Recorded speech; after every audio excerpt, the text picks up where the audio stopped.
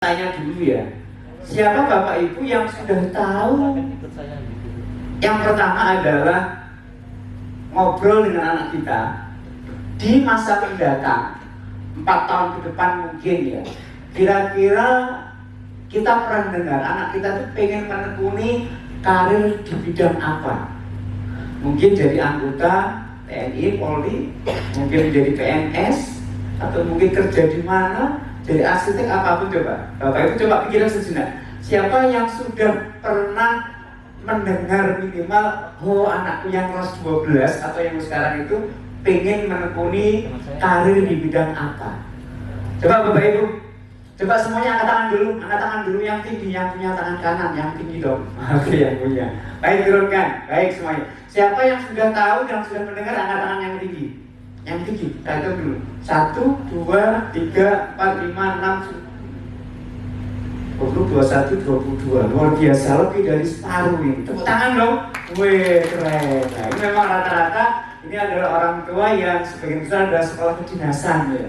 Jadi sudah tahu mau kemana. Rata-rata memang agak spesial Bapak Ibu, anak-anak yang kedinasan itu memang rata-rata keinginannya itu bukan hanya sejak dia kelas 12, bahkan ketika kelas 10 pun sudah tahu dia mau kemana, betul enggak? Nah inilah keunikan adik-adik yang kedinasan maupun yang di TNI Polri.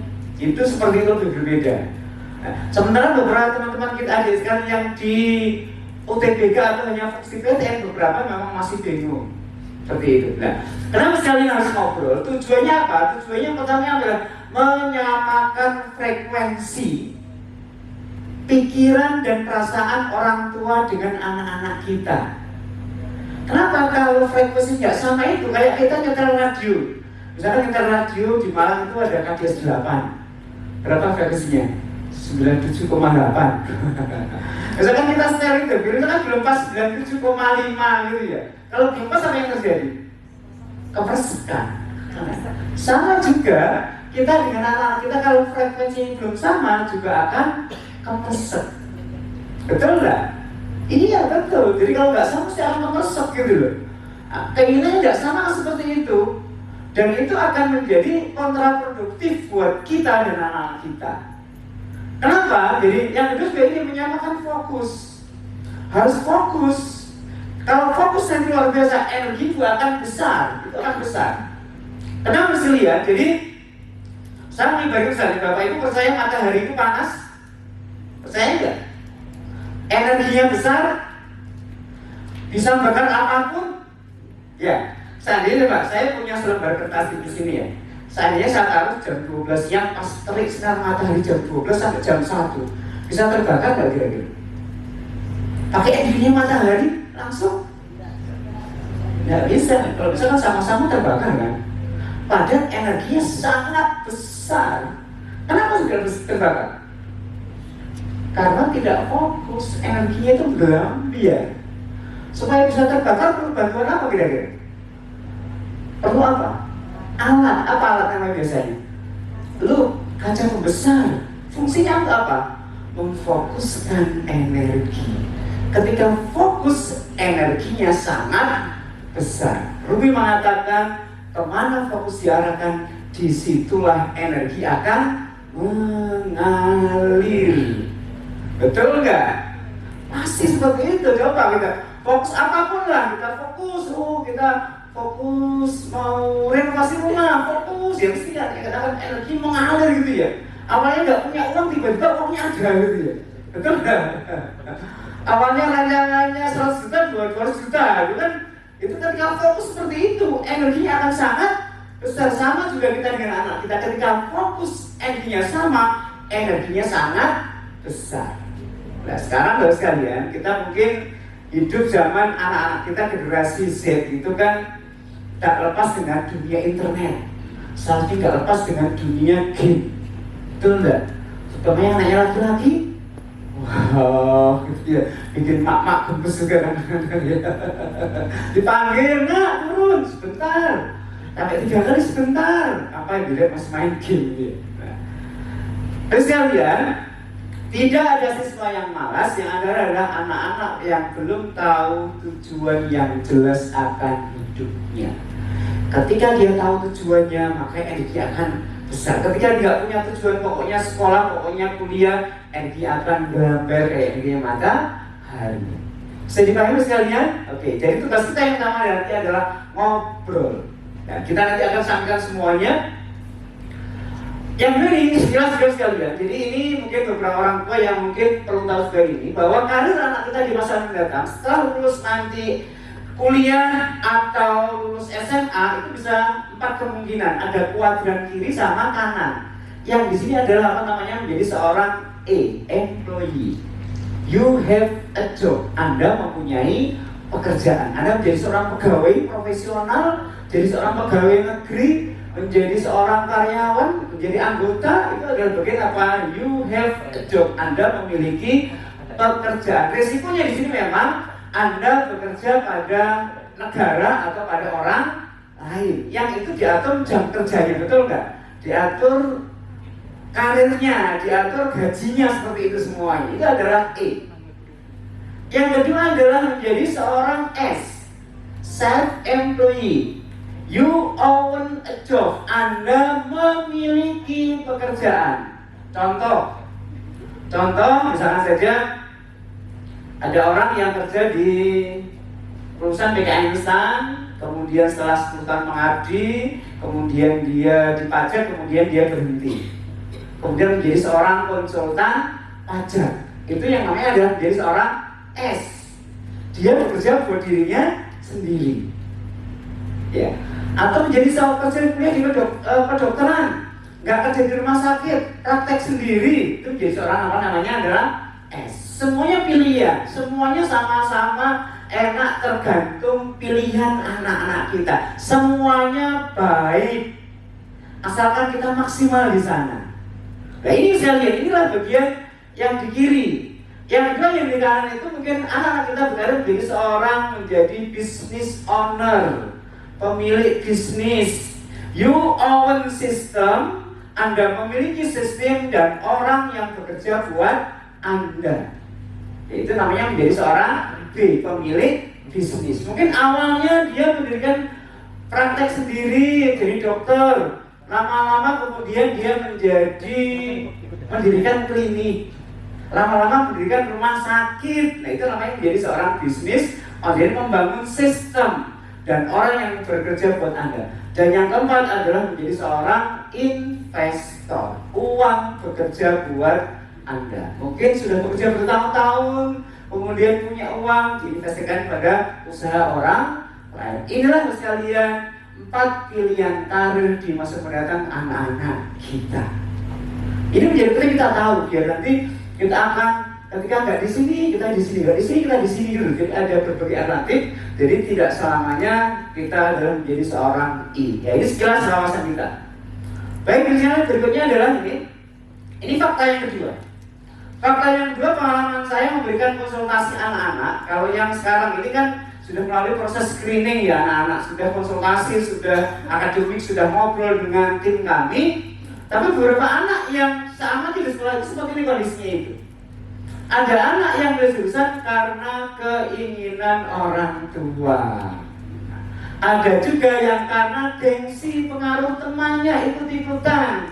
Pokoknya kayaknya bagus gitu, belum tentu cocok dengan kita. Dan yang ketiga karena impian atau cita-citanya. Ini sekalian, dan ini yang terjadi, banyak terjadi kasus orang tua sama anak keinginannya tidak sama.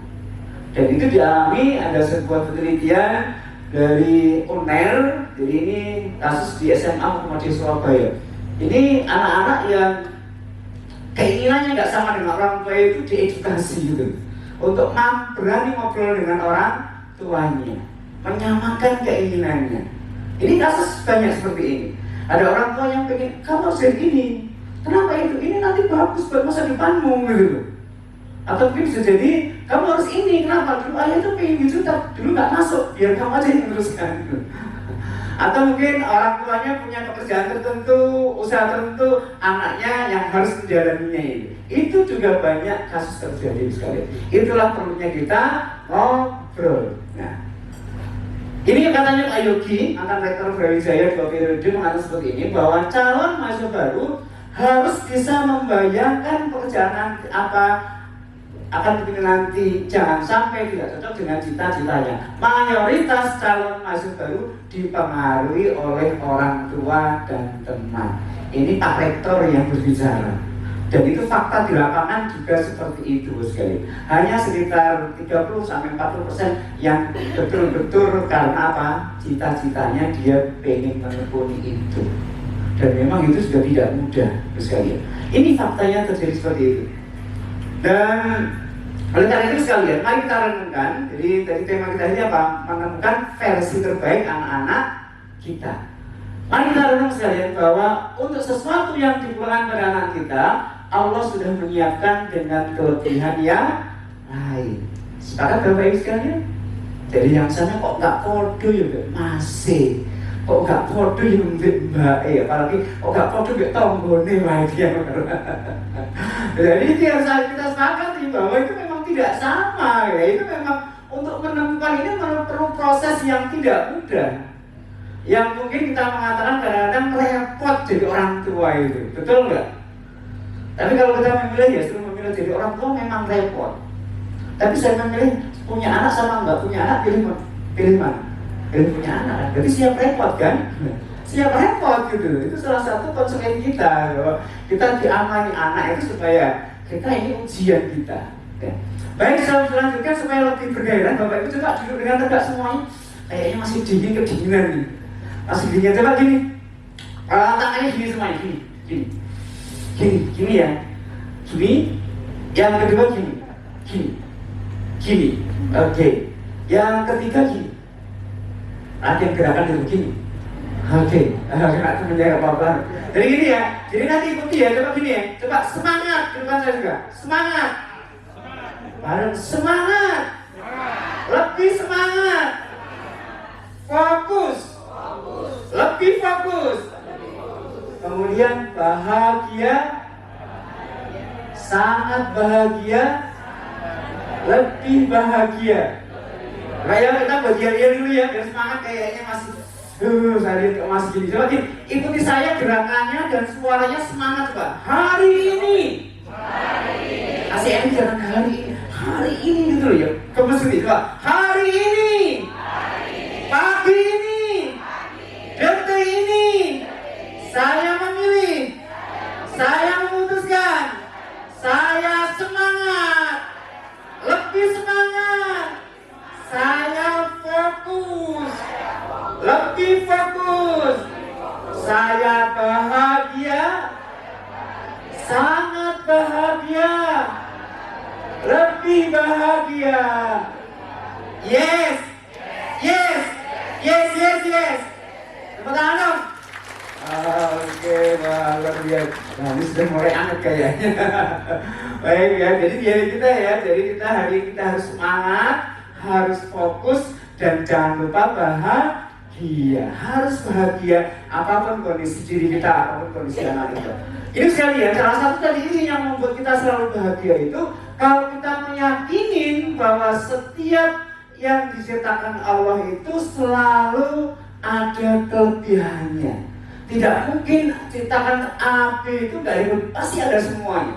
Nah, sekarang yang saya bercerita dulu tentang saya punya pengalaman jadi seorang ayah.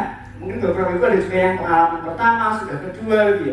Siapa yang pengalaman pertama ini adalah anaknya mau masuk PTN yang pengalaman pertama, yang pengalaman pertama.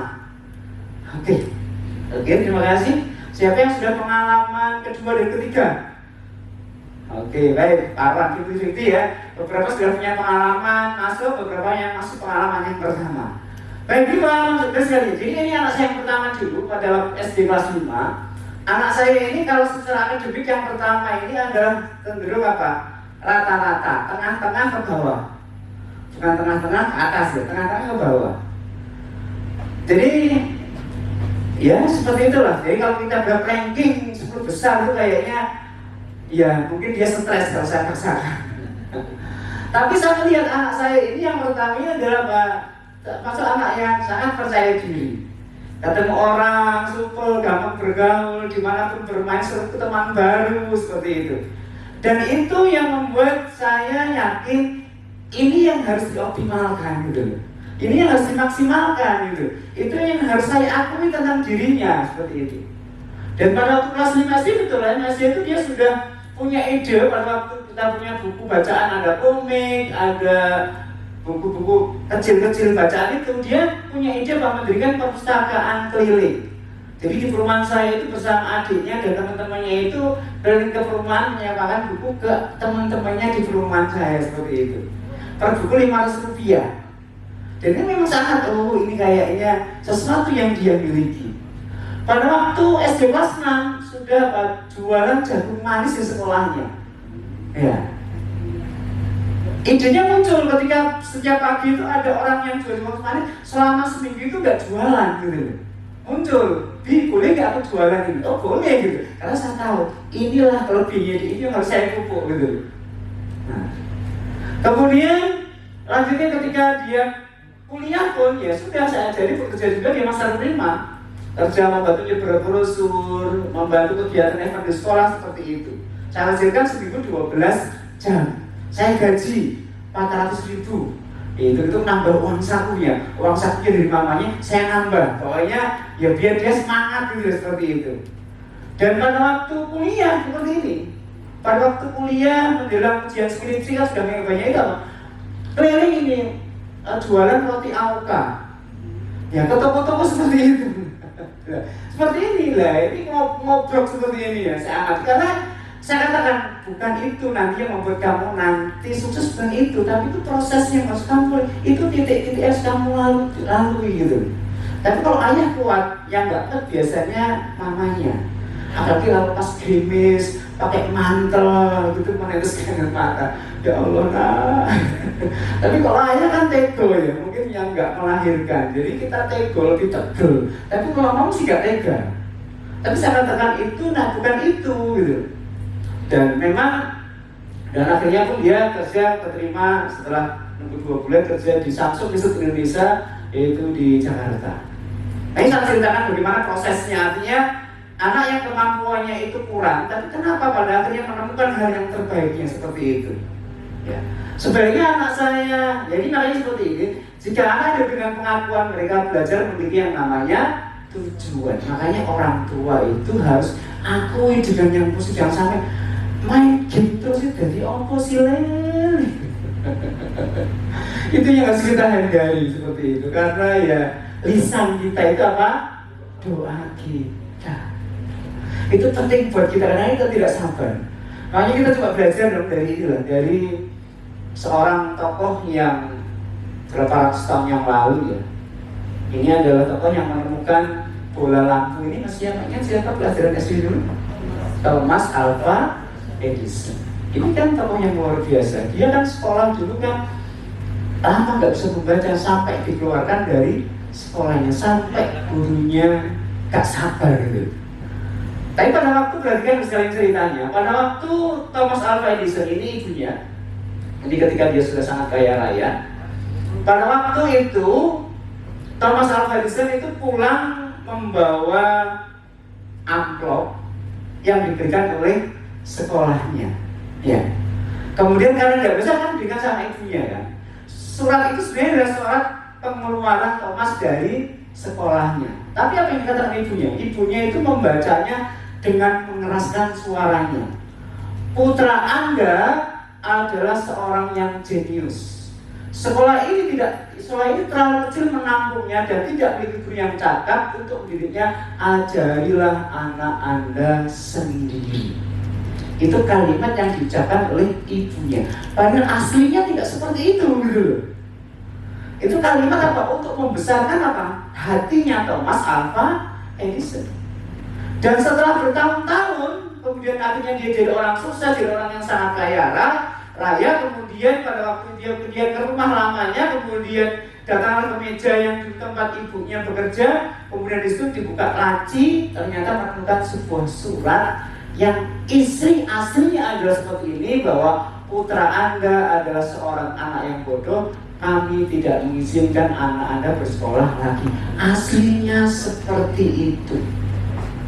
Tapi apa yang dikatakan ibunya yang luar biasa? Anda adalah seorang anak yang jenius. Nah, Ini menjadi penting. Kenapa? Ketika anak mendapatkan pengakuan, dia belajar menemukan yang namanya apa? Tujuan. Dan akhirnya kemudian dihabiskan sebuah diary-nya sambil meneteskan air mata. Thomas Alva Edison adalah seorang anak yang bodoh karena seorang ibu yang luar biasa menjadi seorang yang jenius pada abad kehidupannya. Itulah kita perlunya apa? Memberikan pengakuan yang positif buat anak-anak kita. Karena dibandingkan itu salah satu hal yang tidak paling enak. Betul nggak, Bu? Itu dibandingkan mau nggak sama suami? Mesti nggak mau kan? Mesti punya. Apalagi anak-anak kita. Kadang-kadang kita tidak tersadar itu hal yang tidak boleh buat orang tua. Oke, tepuk tangan buat anak-anak kita semua. Nah, ini sekalian, jadi ada sebuah penelitian yang Bapak Ibu perlu tahu juga. Penelitian anak kelas 1 SD. Jadi kalau saya jadi guru ngajar anak kelas 1 SD itu pasti nggak tahu dia itu IQ-nya jenius apa nggak jenius, yang belum tahu. Kemudian ada seorang psikolog yang meneliti, tapi hasil tesnya itu total dibalik. Yang aslinya itu IQ-nya rendah dilaporkan tinggi, yang tinggi dilaporkan rendah. Anak-anak yang aslinya rendah dilaporkan tinggi itu dikumpulkan. Anak-anak, Anda luar biasa, kalian dari tes tadi kemarin ada kalian termasuk anak-anak yang cerdas, anak-anak yang jenius. Kalian bisa jadi seorang presiden, Anda menjadi seorang arsitek. Tepuk tangan buat Anda semuanya. Mereka senang kan dikatakan jenius ya. Pasti yang dipuji pasti senang. Orang apa juga dikumpulkan. Bapak Ibu harus bersyukur karena apa? Dititipin Tuhan oleh anak-anak yang jenius. Seperti ini anak jenius. Bapak Ibu harus telaten menemukannya karena dasarnya anak itu adalah seorang yang jenius. Gurunya pun sampai kasih tahu bahwa inilah